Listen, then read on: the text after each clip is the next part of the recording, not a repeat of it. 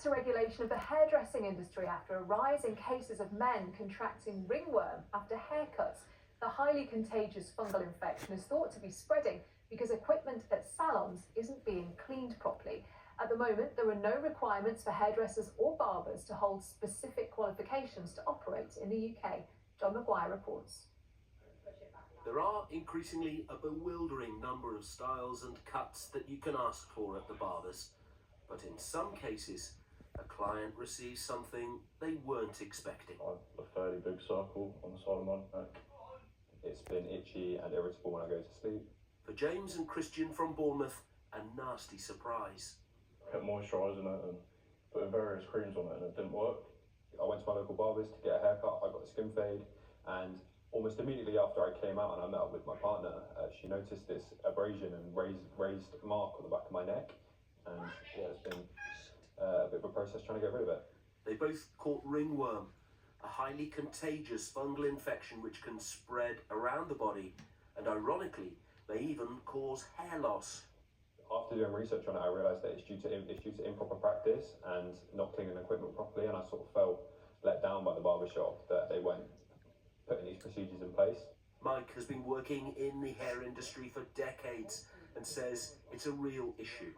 Everyone's in the high street's depleting, it's dying, and then suddenly there's 12 barbershops on the same street and they're all trying to go a little bit cheaper than each other. So the market it's not the prices down, but something else has to go.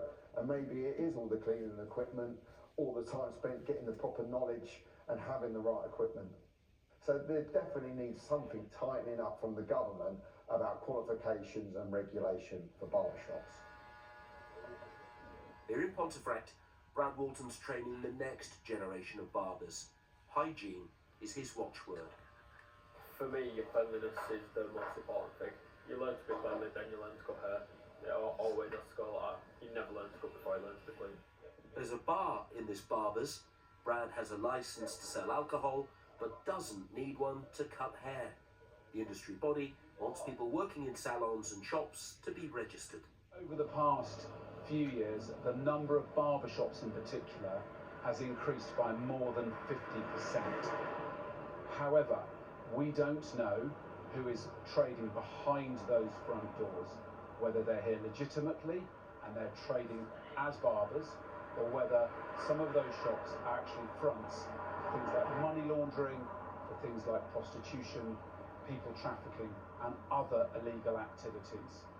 And a licence to practice or to trade would really help to stop hairdressing and barbering being used as a front for criminal activity.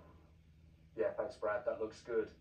There are calls for a register of hairdressers and barbers. One exists actually, it has done ever since 1964, but only 10% of the industry is signed up. Many believe the uptake should be much, much higher than that.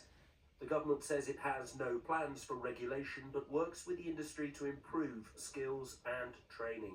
Next month is the busiest time as people want to look their best for the festive season. But no one wants a skin infection for Christmas. John Maguire, BBC News, West Yorkshire. Reminder about top headline this afternoon.